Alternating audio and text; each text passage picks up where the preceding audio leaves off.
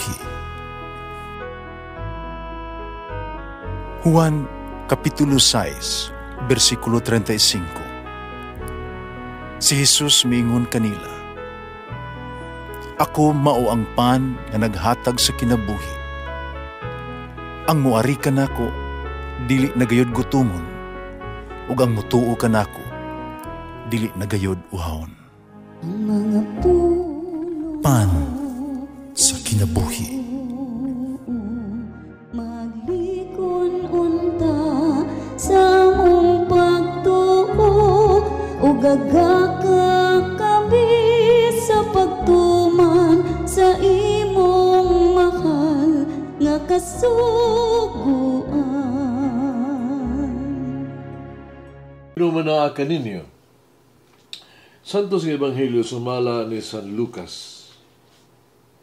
Si Jesus misulod sa templo, giabog niya ang nagpatigayon dito o giina niya sila.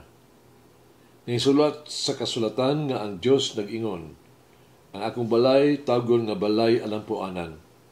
Paghimo niyo kini nga taguanan sa mga tulisan."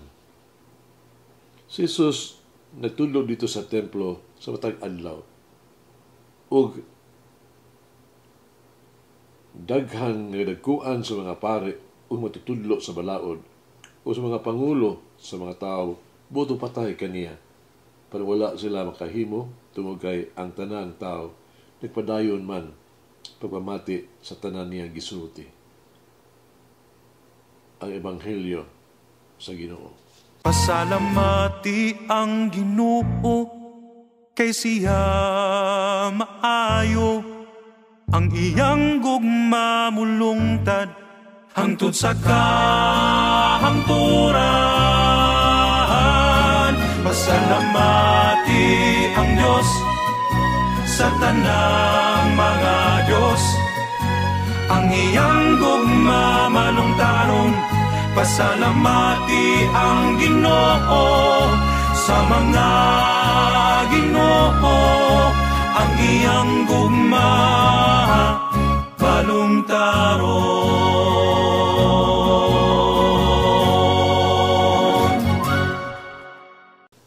Nganong sa Ebanghelyo karon kita ang Jesus nga nasuko daw ng hagis. Nganong niya man ang gibuhat? Doon ay tulo ka rason. Una, tungkol kay ang balay sa Diyos, gipasipadaan. Si Jesus mingon, "Ang akong balay balay sa pag-ampo, paghihimo niyo ng taguanan sa mga tulisan." Kadto mao ang pagsimba nga walay pagtahod, usa ka serbisyo nga walay pagtahod. Gisalikway na Jesus ang pagpasipala sa balay sa Dios. Ang itabo dito sa templo, usa lang ka seremonyas, usa ka pasundayag. Kini dili na usa ka relihiyosong serbisyo, kundi usa ka tinuod na daw tiyanggihan na hinoon.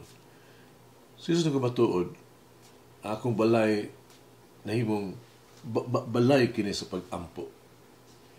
Ikaduha, ipasiugda ni Jesus ang kamatuoran, ipadayag niya, ang paghalad sa mga hayop ni adtong panahon na di nagayod hinungdanon. Ebanghelyo ni Mateo, yung matud-an ni Jesus, kaluoy ang iyang ipangita, kaluoy ang ako ang gitinguha, dili sakripisyo.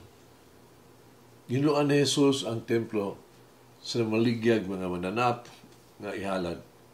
Usa kadto ka sakripisyo alang lang sa itong negosyo. Sa ingon ang justisya nahimo tungod kay ang gipunting mao man ang pagbaligya og mga hayop. Ang tumong ba negosyo man aron isakripisyo.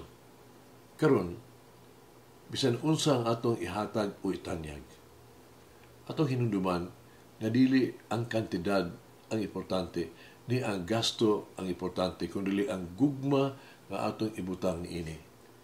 So dili kung unsa kadako ang ato ang gihatag apan kung unsa kadako ang atong gugma sa Dios.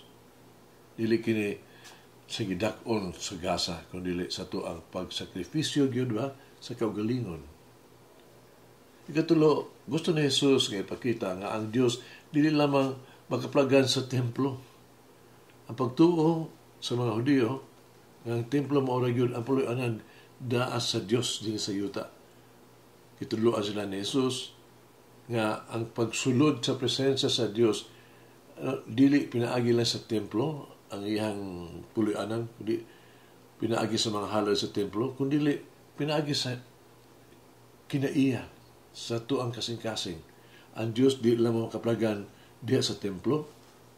Ang Dios buhi ug ang Dios magpuyo taliwala sa katawhan. Siya nagpuyo sa tuang kasing-kasing. Pero sa kabata nga lalaki na utaan na sa iyang amahan ngay tungod sa puloy-anan sa Dios. Di man magpuyo ang Dios asa man si makit nangutaan na ang bata.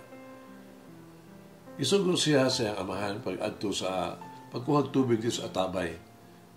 Pagtimpa. Sultian niya ang iyang anak. Kaya dito niya makita ang Diyos.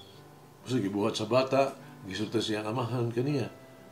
Mito siya, mitanaw sa atabay, umikuha siya tubig.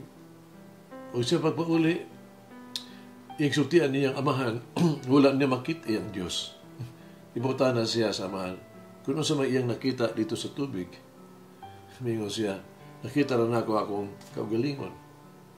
Amahan mingon kaniya, ang imong nakita mao ang dapit diin nagpuyo ang Dios. Ang Dios nagpuyo diha kanimo. Si nagpuyo sa matag usa kanato.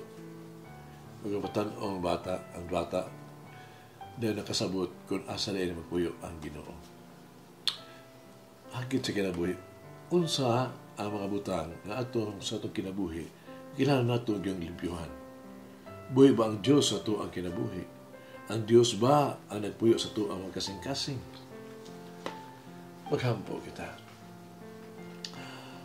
Among minahal nga Ginoong Hesus, among manunubos, ikaw nga mo ang mahigugmaong Diyos. Ikaw nga mo ang mahigugmaong agalon. Umari ka o pabilin uban ka namo. Umari ka, bagoa kami. Umari ka, ipadala ka namo. Umabusanon kung itanyag akong kaugalingon sa matag usa sa akong kinabuhi diha kanimo. Dawata ako o gawata kami, gamita kami sumala sa imong balaang plano. Dada kami, ubuhata ang imong gusto kanamo. Among minahal nga Jesus, may umaong Diyos. Dili ko unta musukol umusukpak sa imong kaubuton. Dili unta kami magpadayon kami hangtod sa katapusan para lang makauban ka, uban ka namo. Amen. O Mary, sustain my efforts to make my soul a worthy temple of the Lord. Malangin ang Diyos magagawang sa tanan, Amahan, Anak, Espiritu Santo. Amen. May the Lord of the divine mercy bless us all, heal us from all diseases and suffering. Ayun unta niya kita, tanang mga sakit na sa lawas, o sa kalag, body and soul. In the name of the Father, the Son, and of the Holy Spirit. Jesus, I trust in you. Amen. Whoever eats the bread of life will never hunger, says the Lord.